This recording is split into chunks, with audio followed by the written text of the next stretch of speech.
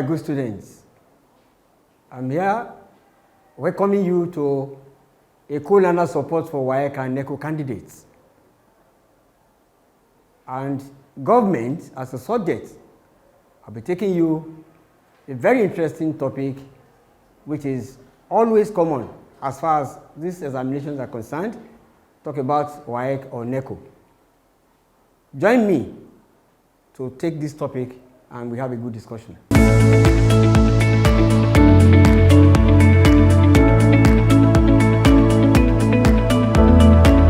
Eko Learners Support, a support program of the Lagos State Ministry of Basic and Secondary Education for WAEC and NECO candidates.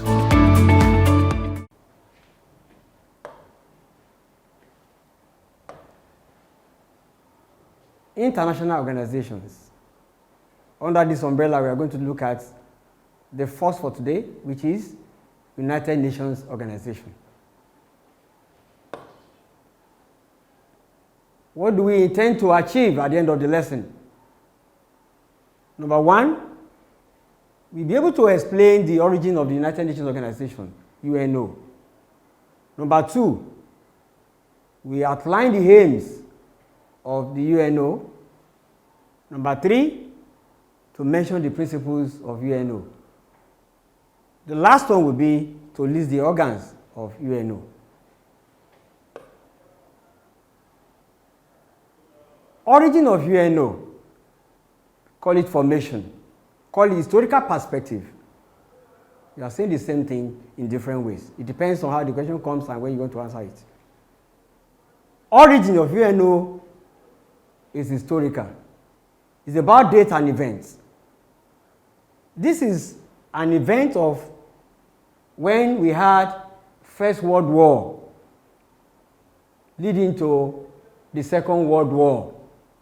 How did this happen? Let's take you to the historical background of this.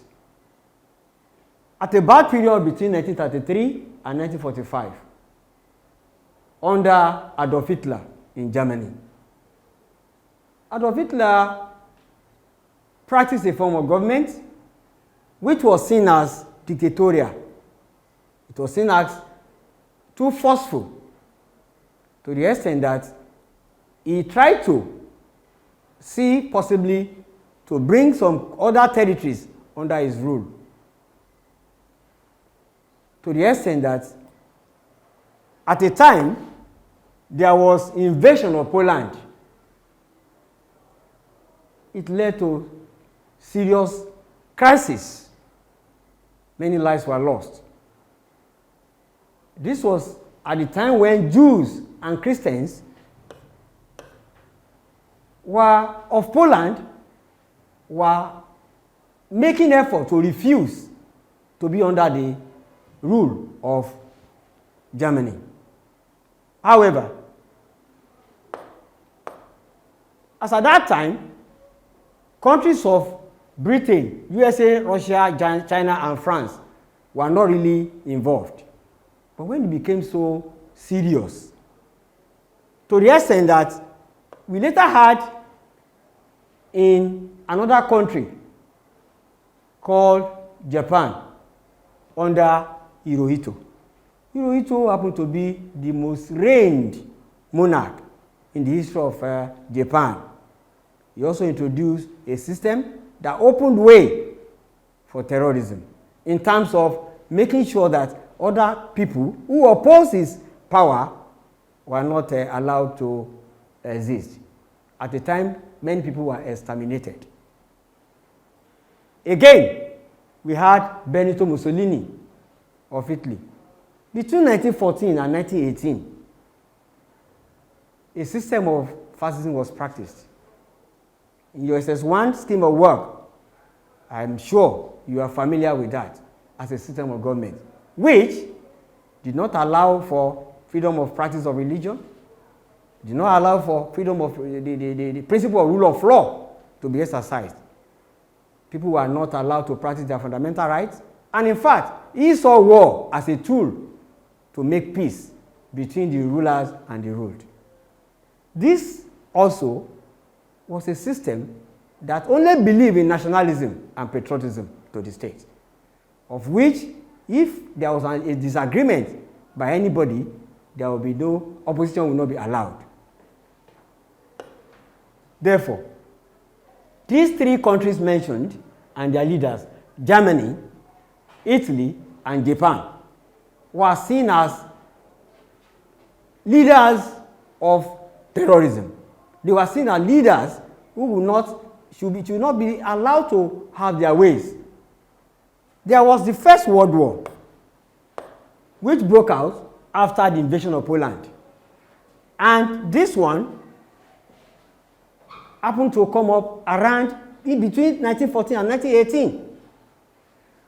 During the time when the League of Nations, that was the organization that was in existence as at that period of time, could not stop the First World War.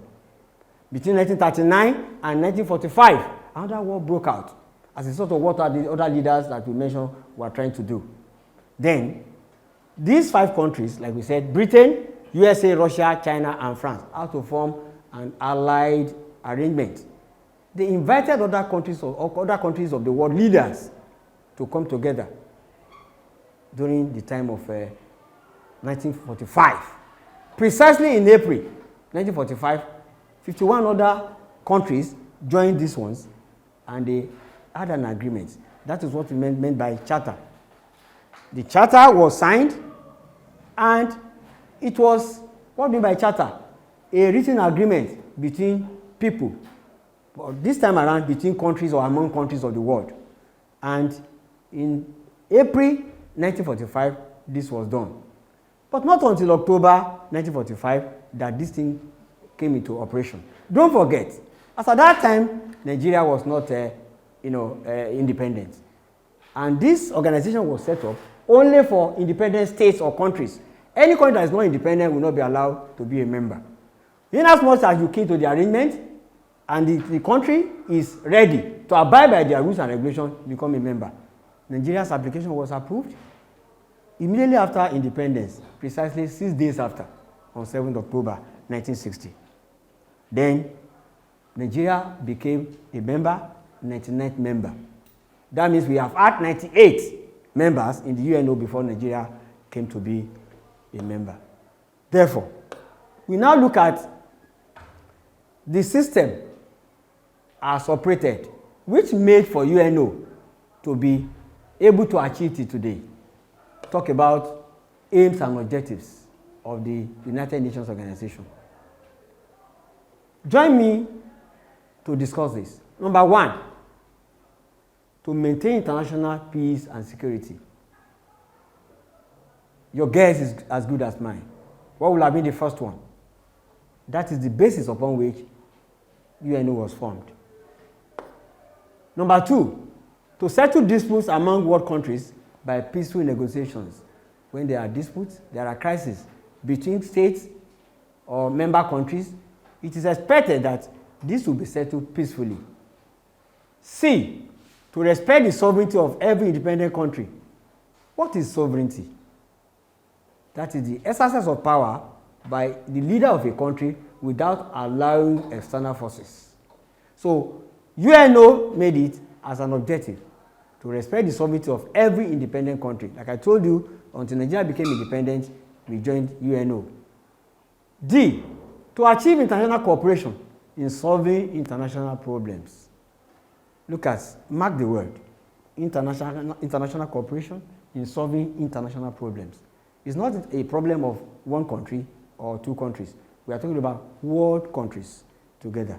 So anyone that has to do with it, they settle amicably with cooperation of every one of them. E, to remove and prevent causes of war. Yes, any event that will lead to war, UNO would decide on what to do to avoid it.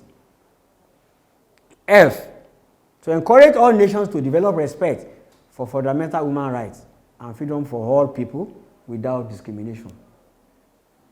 Let it put as a point of note, the charter that was signed by countries of the world that make up UNO membership, there is a need, or there was a need, as at that period of time, to make an arrangement for fundamental rights of the people to be protected. So by 1948, a declaration was made to give room for what should be the fundamental rights of the people, the freedom that one has to have as a citizen of the country. So this fundamental rights was written down in 1948, and it gave room for respect of rights of the people, freedom of all people without discrimination, whether white, whether black, or Muslim, Christians. The rights you have, others have too. To avoid all this, it is stated in the UNO's Declaration of Fundamental Rights in 1948. So this was another objective that UNO tried to achieve. On that note, we now want to look at the basic principles that guide UNO. What do you mean by principles? These are rules and regulations that member states or countries should abide by or adhere to in such a way that none of them will go against it, of which such a country can be penalized. Let's look at one of these basic principles. Sovereign equality of all independent countries, number one. Every country is equal, regardless of geography, geographical location, regardless of how many in terms of population, regardless of either their people there are blacks or white. The leader must have power to rule within the country without external forces. 2, members are to fulfill the obligations they assumed under the UNO Charter in good faith. Whatever has been put together as obligations, all the member states must follow in good faith. 3, all member nations must settle international disputes by peaceful means. By peaceful means, like we said, as an objective of UNO, it's also part of the principle that all member states or nations must settle their disputes by peace or in peace. 4, all member states are to refrain from threat or use of force in their international relations. All member states are to refrain from threat or use of force in their international relations. What are we trying to say here? No member state must use force in the relationship they have with others. Nigeria is a friend to other countries in West Africa, in sub-region of Africa, and others. When issues come up, Nigeria must not use force in trying to get to achieve its aim.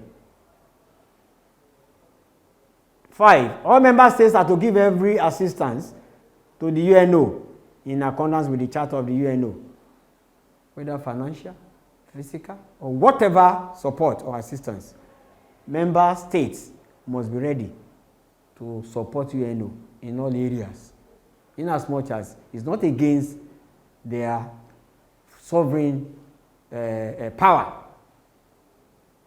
UNO is to ensure that no members of the organization act in any way that can be prejudicial to maintenance of international peace and security. That is, in any way, there should be nothing like bias, nothing like taking sides or giving support against another in any way that can show that this country is against the other in order to maintain peace in the world. Let us note again, at a time we had an organization called Non-Aligned Movement. When former USSR was having problem, a big crisis with USA. I say former USSR because now we have USSR splitted into many other countries, not less than 14 of them. But when USSR was USSR, in terms of military might, power, it had a big issue with USA. To the extent that the two of them started to have issues of bombing one another.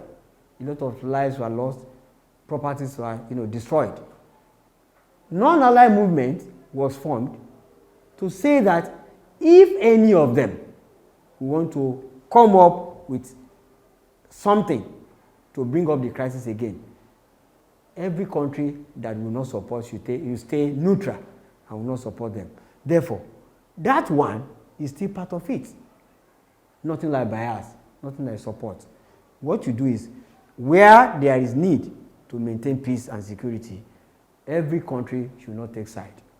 And by the time we talk about organs that UNO uses to achieve its aims, Security Council is a major one, which is trying to, the UNO is using as a force to maintain peace in the world.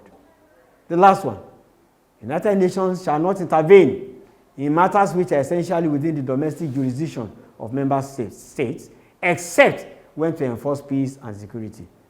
This is clear. UNO will not intervene in domestic affairs of any country, except we have to maintain peace. Don't forget, some time ago, we had issues, political crisis, electoral crisis. UNO will not come to Nigeria. If the fight is within our jurisdiction, is within our own way of doing it, we can only advise on way to go about it, because Nigeria is a sovereign state. Likewise, any other country that has issues on their own, internal crisis, UNO will not intervene. It is one of the principles that is vital for them to be able to achieve their objectives. To round up on this, organs of United Nations Organization, these are the major ones: the General Assembly, the Secretariat, Security Council, Economic and Social Council, International Court of Justice, as well as the Trustee Council. We are going to leave this till another day. And by then, you'll be able to understand better how these offices, this body of organs are used to achieve the aims of the UNO. And to God be the glory, now we have not had anything like another war, which we call Third World War. The UNO has achieved a lot using these organs to make sure things work out to maintain peace in the world. Acing your WAEC and NECO examinations has been made easy by the Lagos State Ministry of Basic and Secondary Education with the Eko Learners Support for WAEC and NECO Candidates television program. Join seasoned teachers as they take you through these core subjects, targeting the exact syllabus of WAEC and NECO. Watch Eko Learners Support for WAEC and NECO candidates through these social media platforms to access more educational content and give their feedback. Eko Learners Support for WAEC and NECO candidates. Pass your examinations with flying colors.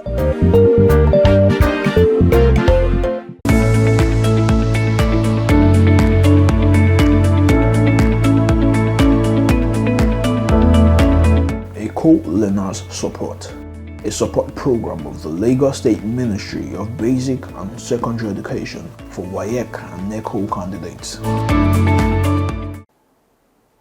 Before we round up, practice questions.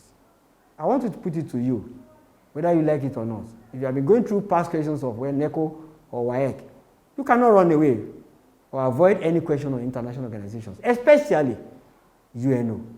Therefore, whatever you see as practice question, put it into practice. You will not regret doing that. Look at number 1. Outline 4 aims and objectives of the United Nations Organization. Aims and objectives. 4. 2. Highlight 3 basic principles on which the United Nations Organization was founded. This is one of the questions from WAEC. Let's look at the solution or probable answers to them. 1. 4 aims and objectives of the UNO. To respect the sovereignty of every independent country.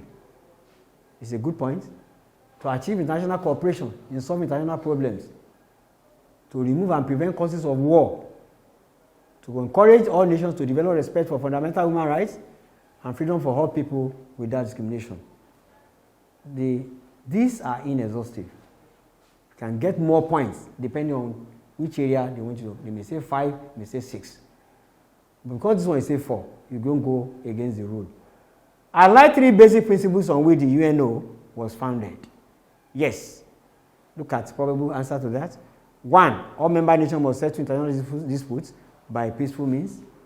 2. All member states are to refrain from threat or use of force in their international relations. 3. all member states are to give every assistance to the UNO in accordance with the Charter of the UNO. By the time you put this down, you are not far from being right. And I'm sure when the examiner is going through your script, the solution is correct. I want to thank you for being part of the discussion today. I know you must have learned one or two things, aside what you have had in your classroom condition. Therefore, if you have any question to ask, any comment to make, or any suggestion, feel free. Do not hesitate to send it to any of our social media handles as displayed on the screen. I want to thank you for being part of today. I hope to see you next time. God bless you.